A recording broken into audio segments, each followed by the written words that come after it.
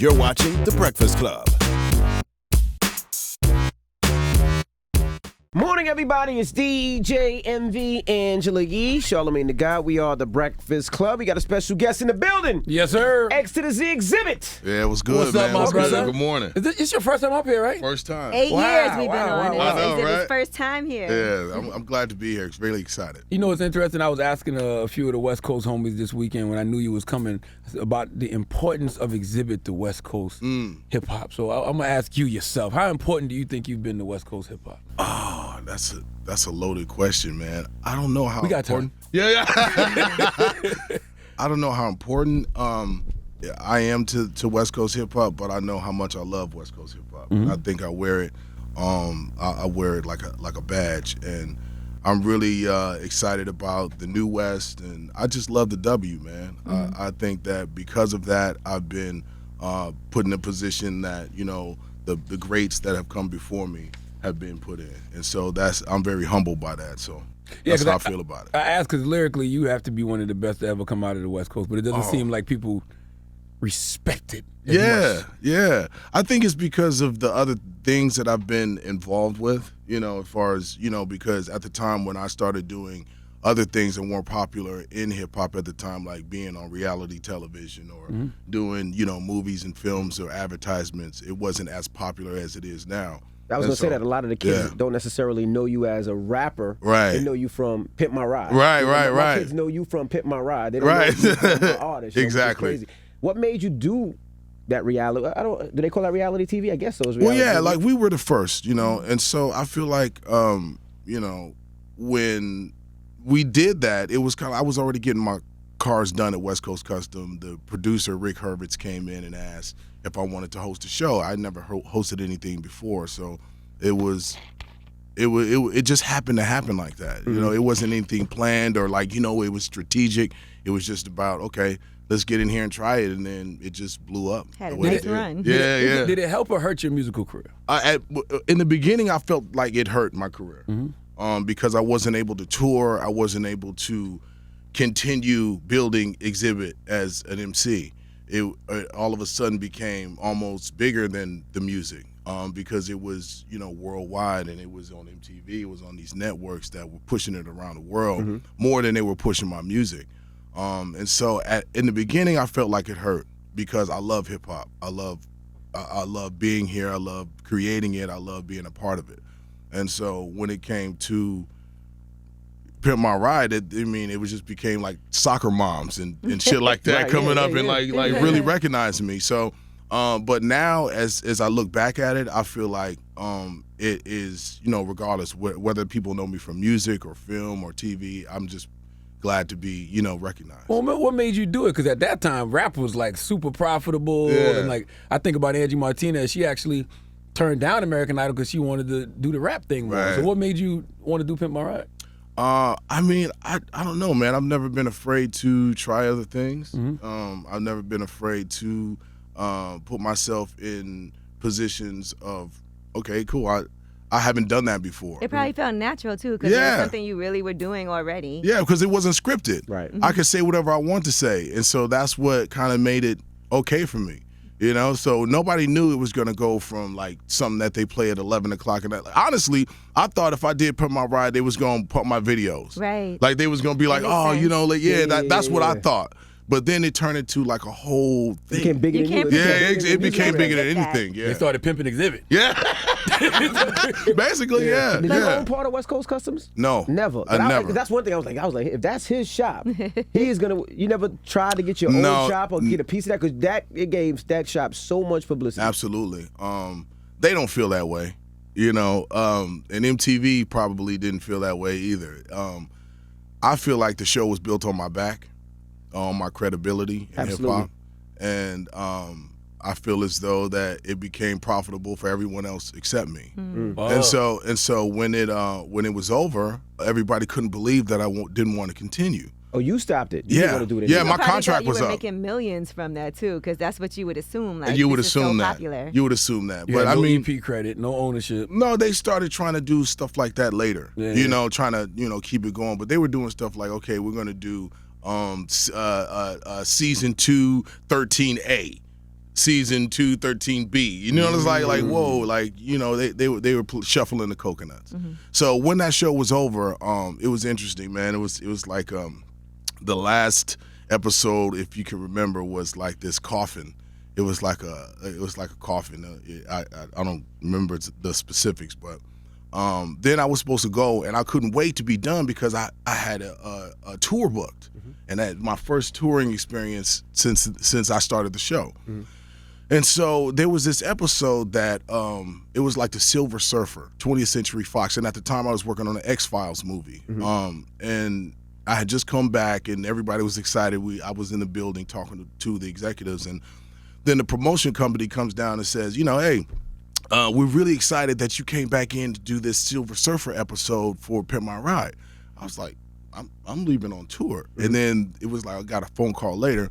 It was the network saying, or the production company, let me not throw just people unnecessarily under the bus.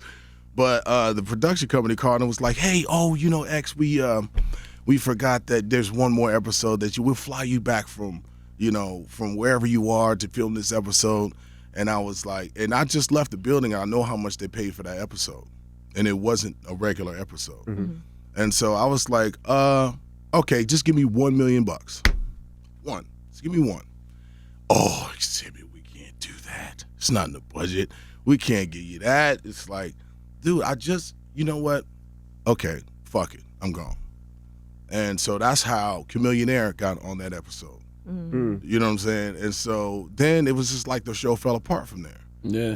And it's just sad because it was a really dope show, and it was one of the only shows that dealt with wish fulfillment. It wasn't about me. It wasn't about the car. It wasn't about the kid. It was about wish fulfillment, and people at home watching it feeling like this could happen to me. I love when stuff like that happens because a lot of these networks, they don't think the host is important. Right. And so it's like, okay, I think you can just insert anybody here and now watch what happens. Exactly, yeah. I think actually they said that. They was like, anybody with braids can do what Xzibit. Whoa, with braids. That's racist. Yeah, damn, that's crazy. Who MTV said that? Yeah. And then it expanded. It went overseas. Fat Joe had a Little John. They were over there doing Pimp My Ride overseas. I think yeah. But I mean, it just expanded, and then they started chopping it up. Were you still cool with West Coast Customs, or you guys? I mean, once we kind of once the show fell apart, the show fell apart. I love Ryan. I love the guys over there at West Coast. I wish everybody the best. That's just where I leave it. Right, you're like, I'm out here popping. So yeah, there it is. It all worked out at the end. But I did feel some kind of way in the beginning. Now, I was gonna ask you think that one of the reasons the West Coast may not champion you the way they should is because you're from New Mexico? No, I'm from Detroit. Detroit. You were born in Detroit. Okay. I was born. Though? Yeah, what up though? What up though? Yeah, I mean it's kind of people just kind of glance past the facts and just want to say what they feel they know. Right. And so I was born in Michigan, and then my mother passed when I was 9. And then my dad got remarried like a few months after my mom passed away, so I was really angry. And so I ended up moving to New Mexico because that's where she wanted to live. I lived there for like 7 years, got into a lot of bullshit, just really was a turbulent time for me. And so I decided I talked to my dad when I was 17, 18. I was like, I got to get out of here or else I'm going to die. And so he helped me. There was no internet at the time. There was no Google Maps, so we went to a gas station. I got a little bought a map, put a highlight, from the route that I had to take from Albuquerque over to California, and that's how I got there. So I spent like 7 years in New Mexico, 9 years in Detroit, but the most of my time as being an adult is when my career started, all that stuff was in California. I got there when I was like 18, 19 years old. What the hell is in New Mexico? Cactus, road runners, mesas, sandias, lots of good food. It's good food in Albuquerque. Yeah, how did you get in trouble there though? If it was all that? It's small town mentality, and at the time, it was like crack was popping. We was serving. I was driving a gold BMW, gold Dayton's at like 16 years old. It was like really ridiculous. Like they didn't know what the fuck we were doing. I don't mind the devil's playground. Exactly. Yeah. And it was really a small town mentality. So everybody, it's like there's not one girl that didn't walk in that at least 2 of your homeboys didn't tap. So it was really, really tight community. And so that's what was going on. It was like there's nothing to do out there. It was like it's not built for youth. Gotcha. You know. So then you get to LA. Get to LA. And that's when things really took off. So yeah, it did. How did that happen? And there'll never be an era, I feel like, how that time period was. Just with you and like Dr. Dre and Nate Dogg and the Up and Smoke tour and all of that. So explain how all of that started popping off. You was buzzing before all that, though. Yeah, before the Dr. Dre stuff, I had worked with King T and the Alcoholics. Mm-hmm. King T is the first guy who looked at me and said that I had potential. He allowed me to come around them and kind of like that. I learned how to. They were the first cats I met with record deals. Were you rapping back in New Mexico, or you were just? I was rapping, but I didn't understand song structure or bars or any of that. I was just rapping to be rapping. Where'd you hone your skills? Was it Detroit? No. You didn't start till New Mexico? I didn't start till I got to California. California, okay. Yeah, because I didn't know what I wanted to do. When I was in New Mexico, I wanted to be an architect. I was, trying to do architectural drafting and do classes like that. But when I got to Xzibit architecture firm would have been fire. That'd have been fire. Then when I got to LA, I started, I got around cats that were doing music, and the gangster cats that was coming to New Mexico, because the California cats used to come out there and get weight. And so that's what I was involved in. And so once I got to You LA, sure you want to say that on camera? It's way too long now. it's way too You good? We good. It's we over good. 10 years. And you signed to Loud Records? Yeah, signed to Loud, and eventually, put out Paparazzi. Paparazzi was the first, endeavor in music, and then that did well. We went gold in Germany, and so then I had to end up going overseas, and that was my first touring experience. So me and Razcast went over there, and just that was the homies. Two phenomenal the West Coast rappers. I mean, 'cause I didn't know you was from Detroit earlier on. I thought you was from LA. So I was like, those are the two best lyricists. Right. And you guys were supposed to do a project together? We were. But going back, there's something interesting about that. Because people always tend to hone in on like, yo, you're not from LA. But neither is Nate Dogg, and neither is Corrupt. Yeah. And there's a whole bunch of West Coast cats. Yeah, it's like there's a whole bunch of West Coast. I think they do that when, that's kind of like the I'm hating, but I'm not really hating. Right. It's like it doesn't matter because we represent the W. So I hear that all the time, but that's not the reason. I think it's because even if I was from out of town, you let an out of town nigga come through and be bigger than you are, and you from there. And so that gets us nowhere. It's not productive. So I'm just proud of being part of the W, and my history has been something that I couldn't even write in a storybook. So we went from Loud, and then I ended up getting with Dre, and the first time I did a song with them was when I did Bitch Please for Snoop's record. Right. And so from there, it was like, okay, Dre saw the potential, and so it had another chapter, and we went through that whole thing. You know what else you don't get credit for? What you see is what you get in our video. Yeah. That video was amazing. Best video. I have seen that video remade so many different times. Yeah. Donald Glover recently did it with This Is America, but I never see homage paid to you. Does that bother you a little bit? It does not. Okay. Because the truth is the truth. I don't have to.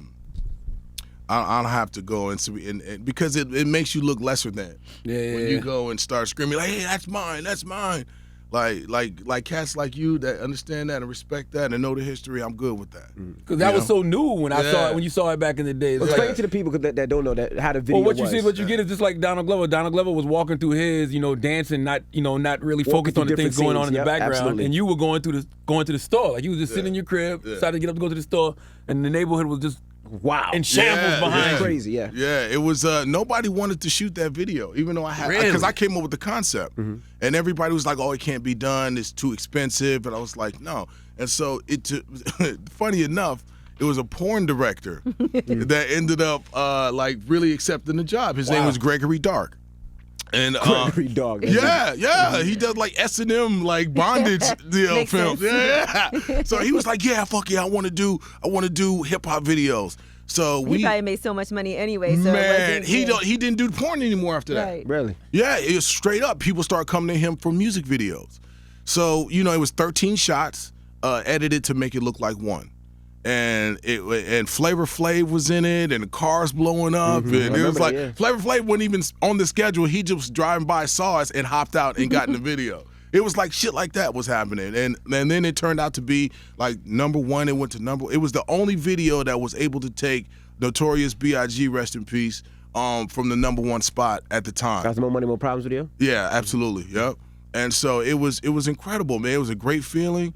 And then right after that, it was like the Dr. Dre and all that stuff started after the next cycle. What was the budget for that video?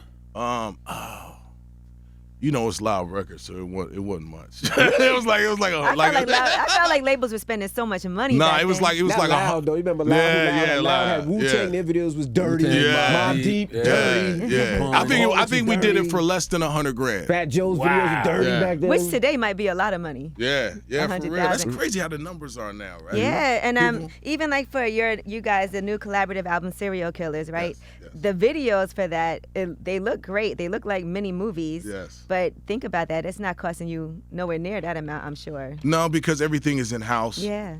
Excuse me. Everything's in-house. We were able to find a way to finance ourselves and not have to ask for handouts or explain our ideas to people who do not get them and will not get them. And so that's what, we excited about with Open Bar Entertainment and with the Serial Killers. That was our first real project that we put out for sale. We had 2 other previous mixtapes, Volume 1, Volume 2, with me, Be Real, and Dimrick. And so this was kind of like, all right, let's do this out for Halloween because we have a whole calendar for 2019 ready to go. And we relaunched the label, and we felt like, okay, well, let's just throw this out there to see what it was, and it got a great response. So, it definitely wasn't expected, and we were very humbled by that. Would you relaunch Pimp My Ride? I said, everything's relaunched, everything's coming back. Would you relaunch that, bring that back? Well, I've been asked before. I've always turned it down. I'm never going to say never, but... Why you turn it down? Because... Call culture's coming back heavy. It is. But, I'm in the ownership. The people that have the rights to Pimp My Ride or whatever they've done with it, let me know early on that I'm not part of that. Gotcha. So until they're ready to have that conversation, there will be no Pimp My Ride with my participation. Gotcha. Right. Yeah. What happened to the relationship with Dr. Dre and the whole Aftermath team? Because you were such a big part of that wave. Do y'all still communicate? Absolutely. Okay. Yo, Dr. Dre is one of my closest friends, I believe. I see him as a mentor. I see him as somebody that gives me solid advice, even when I don't want to hear it. And the relationship with Dr. Dre is great. The relationship with the whole team is great. I think that everybody is kind of concentrating on what they need to be doing. And so just because we're not posting it on Instagram every day, we do hang out, we do kick it. Right. And I value the relationship I have with Dre. When you say great advice, even when you don't want to hear it, what do you mean by that? Well, okay, case in point, I had the opportunity to go and do Magnum PI. They for CBS. And it's 5-year, maybe a 10-year commitment. I'd be living in Hawaii. And I went to talk to him about it, and he's aware that I have a cannabis company, Brass Knuckles, and it's a wonderful company. It's definitely changed my life. I was able to go back and take care of everything that was kind of like hovering over my head. I had $1 million tax debt. Taxes? Yeah, I had $1 million tax debt. I had all these other things I was able to go wipe all of that out. Dope. And so that company's doing well. Yeah, it's doing really well. And so you ain't bring that. No, I can't cross state lines with it. Come on, man, I'm legal. Trying to Man. get his company messed up. No, but he sat me down and then I'm telling him, and he's like, why? He's like, bro, if you have the ability to stop tap dancing, you should. Ooh. You know what I'm saying? Ooh. I said, damn, that's the way to talk. What's free? Yeah, and I was like, you're right. He said, do you need to? I was like, no. Did you want to?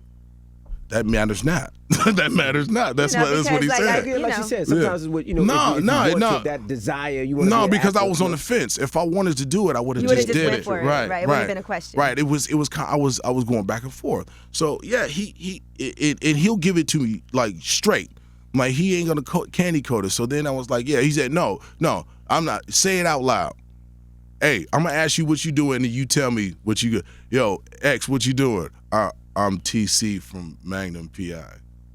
Like, nah, bro. Like you have we professional winners. You know, we don't hold 9 to 5s. You know what I'm saying? Like we go and create things. Well, he's worth $1 billion. Yeah, it's easy to say that. It's easy for him to say. But you got to get on something. Yeah, you know what I'm saying? You got to have that mentality. You got to have that mentality, and I think that's where he's trying to push me. Because you do enjoy acting. I saw do. you in Empire when I had my guest appearance. You were there that day. Yes, I love it, man. I love being on Empire. I love what that did for me. That was my first network TV show, and so.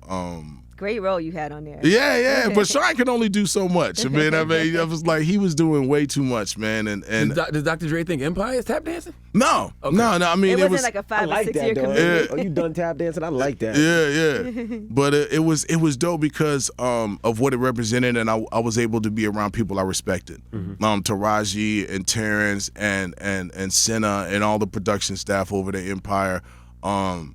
It was crazy. You know, I really enjoyed being on the show, and you know, when it was time for me to go, I went back to LA, relaunched the label, got back into my everyday stuff. What's the difference between me and you? One of my favorite records. How did that record come about? They were working on the 2001 album, and Hitman was originally on the song with Eminem. Rapping? Yeah. Wow. Yeah, Hitman was on the song. And Hitman was on a bunch of songs on the album. And so Dre called me in and was like, hey, you know, I want to see if you got a verse for this. As soon as the beat came on, I was already writing. You know, I laid that. And then all of a sudden, it was kind of like, okay, that's going to stick. And you never know if you're on the record until the record comes out. Until it's in the store. Yeah. So you already had heard Dre and M's verses because M killed that. Yeah. Okay. No, I hadn't heard M's verse yet. Oh, he just let you the beat. Yeah, he just let me hear the beat. Yeah, Dre don't do that. He don't let you play verses. Yeah, play verses like that. So you know. Were you mad once you heard M's verse? He was like, "Come on, Dre, you could've." No, I was happy, man. Yeah. I was happy to even be considered to be involved in a project like that. You know, because I'm an underground cat. I come from the backpack generation. You know, it's to get to those heights without doing nothing corny or saying nothing to play yourself. Then that was an accomplishment for me. You know, so that's how I felt about it. Then when we got invited to go on the Up and Smoke tour, Dre gave me the opportunity. He gave me 2 choices. He said, hey, you can have your own set before Warren G at the top of the show, or you can have 2 songs on my set. I was like, done. 2 songs. 2 songs it is. Hell yeah. Packed crowd. I'm coming right in the middle. Absolutely. Yeah, right in the records? middle. I came out to the year 2000. I did Bitch Please. I just did like an intro to the year 2000, the song I had. And then we did Bitch Please, left the stage, came right back after a wardrobe change and did What's the Difference. I'm sure you saw some crazy things on that tour. Absolutely. That Up and Smoke tour. Absolutely. Had to be amazing. How was that tour? It was the best time of my life. Absolutely. It was a transition period, but at the same time, I was, able to look and be considered one of the greats with the greats, and be on tour with these guys and really see how it is. It was a defining moment in my career. Yeah. Now, you talked about some of the traumatic experiences you had early on, like the absentee father, death of your mother very young. Well, my father wasn't absent. He wasn't absent? They moved to New Mexico. Yeah, we just moved to New Mexico, yeah. Yeah, it was a step family arrangement. It was abusive.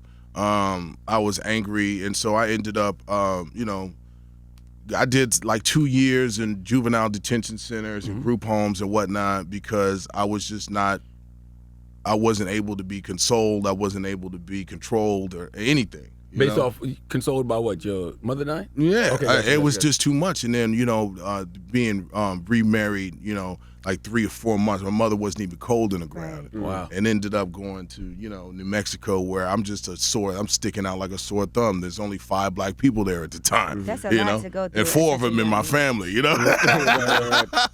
So it was crazy, and so that ended up kind of like, really taking me away from everything. So I was by myself in these group homes, and so that's how I got involved in the street shit and doing what I was doing. Was music an outlet to organize your emotions, so to speak? Absolutely. I say that hip hop saved my life because I got an older brother that did 15 years for murder, and I thank God for hip hop because I loved it so much. I found an outlet where I could kick and scream and curse and do everything I needed to do through this music and not jeopardize my freedom with it.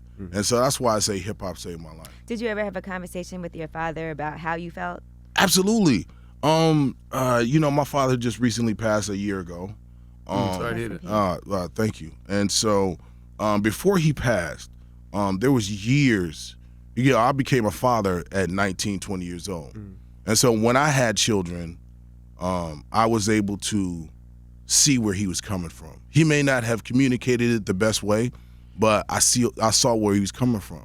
And so through that, I got to see, him have a relationship with me that was more positive. Gotcha. And so he was able to be nice to my kids, and he saw, Gatlin and Tremaine, and he's this jolly old man. I was like, where was this nigga when I was a kid? Where was you at? People growing involved. Yeah, exactly. No, but our relationship, my father and I, we definitely had a real strong relationship after I started having kids. Now I want to. Did that help you get rid of some of the resentment that you had for him having kids? Well, yes. Okay. I didn't have. I wouldn't say it was resentment. I think it was just I didn't. Because then I don't know how old you are, but 40. Well, yeah, exactly. Okay, so kids are to be seen and not heard, and they didn't tell us what was going on in the family dynamic, right.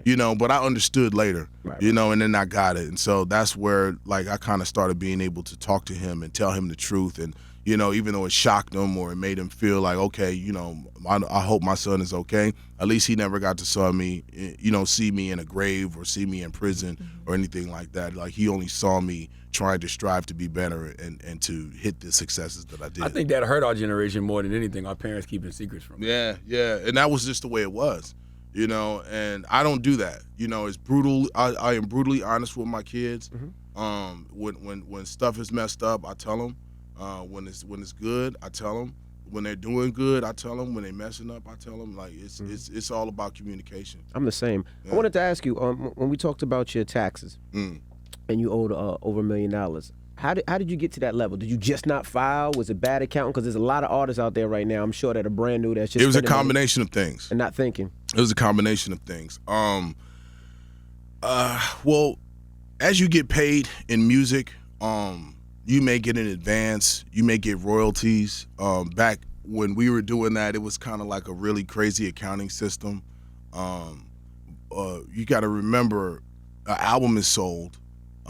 We're selling CDs, tapes. Those things are like 15, 16, sometimes $18 a pop, and we were selling millions of these things. So that money was coming in, but them checks was real skinny coming out, right? So when you have this perception of success, when everybody sees you on TV every day, every hour, people seeing you, hearing your records, seeing you on these tours, they expect you, they assume that you are being paid to compensate as big as this is, right?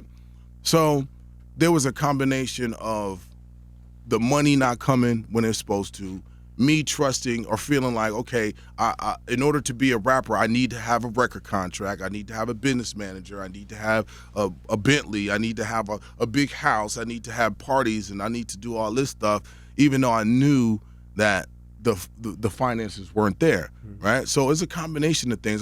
There's not one person I could point at.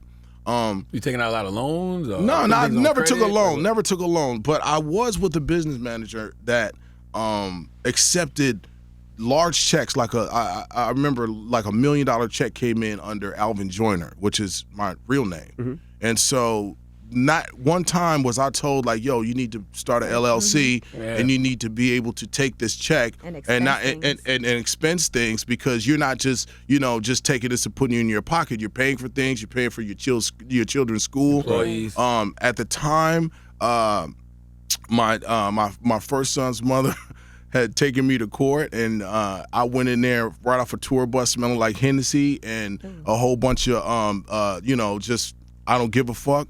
And the judge awarded her $7,500 a month. Jesus.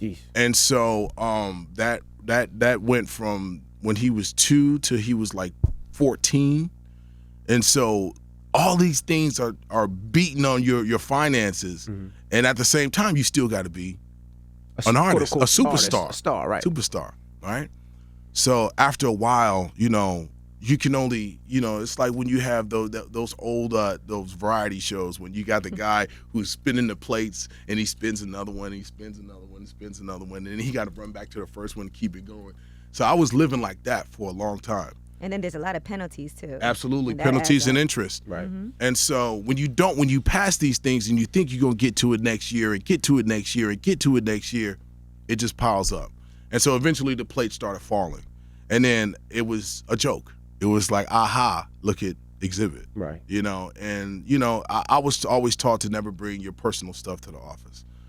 So it wasn't about me pointing fingers or complaining or any of that, because I always believed that there is light at the end of the tunnel. I couldn't see the light at the time. I couldn't see the light at the time. I'm so glad I didn't get rich till I was older. Yeah, exactly. Yeah. But there's a whole lot of it's a whole lot of perception. People want the perception of being rich, but they don't want to do the work to do it. Now my dad with the cannabis You earned company. that chain. So cannabis. Now, how did you get into cannabis and the weed? And they say that's very difficult to get in. So talk about that a little bit. It is. Well, we brass knuckles. Yes, we about 3 years ago. I was trying to do my own thing. I had like this edible that I wanted to eat, like this LOL taffy. Then I had this. Then I got into the flower, but I don't know how to grow. I just know how to brand. I took what I learned from music and industry and put it into branding. So none of it worked. And so I was kind of like, hey, I want to do. I want to be in this industry. Yeah. But I'm gonna keep trying. And so I did a vape thing, a vape pen with another company, and again, it goes back to we're gonna use you and pay you as little as possible, but we're gonna really blow this brand out. So we did like a real test run, and so the people that I met there ended up coming and actually, they're not ready to play ball. So let's just do this ourselves. I think that we can do it ourselves. So me and 2 other guys, Mike and Dave, we created Brass Knuckles in my studio. We came up with the idea of making the best premium product we can, and we started with a very small amount. Everybody put their money in, and then we went from selling 6,000 in a month to 150,000 in a week. That's all pens? That's amazing. Right. And these are $30 wholesale items. So the money came. Well, that's amazing. Yeah. I'm glad to hear that, because I'm mad at every rapper on the West Coast who doesn't have some type of equity in the marijuana business, because nobody promoted marijuana use like the West Coast rappers. Right. I love the cannabis industry. Yeah. I love what it does for people that are in need, that people aren't in pain, that don't need to be on opioids, and I believe that we are doing, and the system and the federal government are going to come on board eventually, because there's people that are incarcerated for years and years for doing what we're doing right now. Right. California has a really great system that is allowing these people to come out if they're not violent, convicts, to be, put in front of the line to be part of this industry. So I think that is it righting all wrongs? No. But it's definitely a revenue stream that is going to be beneficial for the city and the state and the government. Gotcha. Yeah, and it's important to know you don't have to be a grower or own a dispensary to be involved and make money from it, just like you did. Right. You're doing the vape pens and all of that, and that helps out a lot. So did you test your edibles when you were doing the edibles? No, and that, you bring up a really good point. All this is like the Wild West. You know, this is a series of regulations that are always evolving and changing, right? And so the new regulations that are in California now, we're really proud to say that we are not only upholding the regulations, but we go above and beyond. We have childproof packaging. We have things that we don't have to do, but we do it anyway because we see that's where the industry is going. We pride ourselves as industry leaders. We wouldn't be on the shelf if we didn't pass these regulations. So that being said, we are one of the number one vape cartridges in the industry.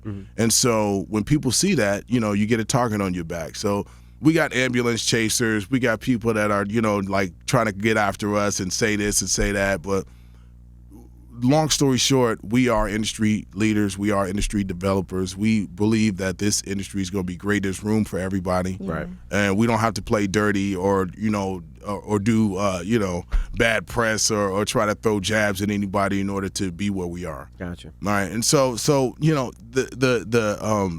we are in litigation with people that are coming out the woodworks and trying to say what they say. But this was like back in the Wild West when nobody was testing for anything.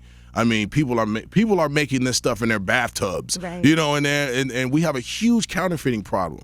Being one of the best top industry leaders, we have people that make $1 million or more off, you know, counterfeiting our product, and that's because they're buying the packaging from China.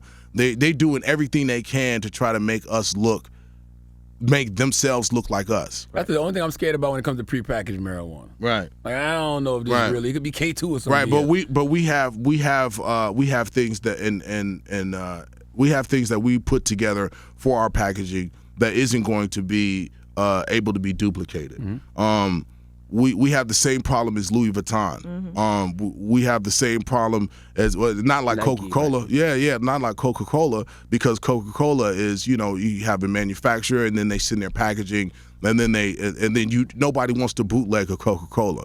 So the problem that we have is we have a product that everyone wants to bootleg. So we have to spend that extra money in order to make sure that not even protect ourselves. We want to protect the consumer. Right. So as soon as they pick up one of our brass knuckle cartridges, they know that they'll be able to trust what's in it, you know? And so we've been dealing with that. We really feel good about the direction that we're ready to go with. Well, we thank you for joining us this morning, man. Yeah, man, thank you. It's been a long time coming. Absolutely, man. Envy, Angela Yee, Charlamagne, thank you, sir. bro. X to the Z. It's Xzibit. It's the Breakfast Club. Good morning.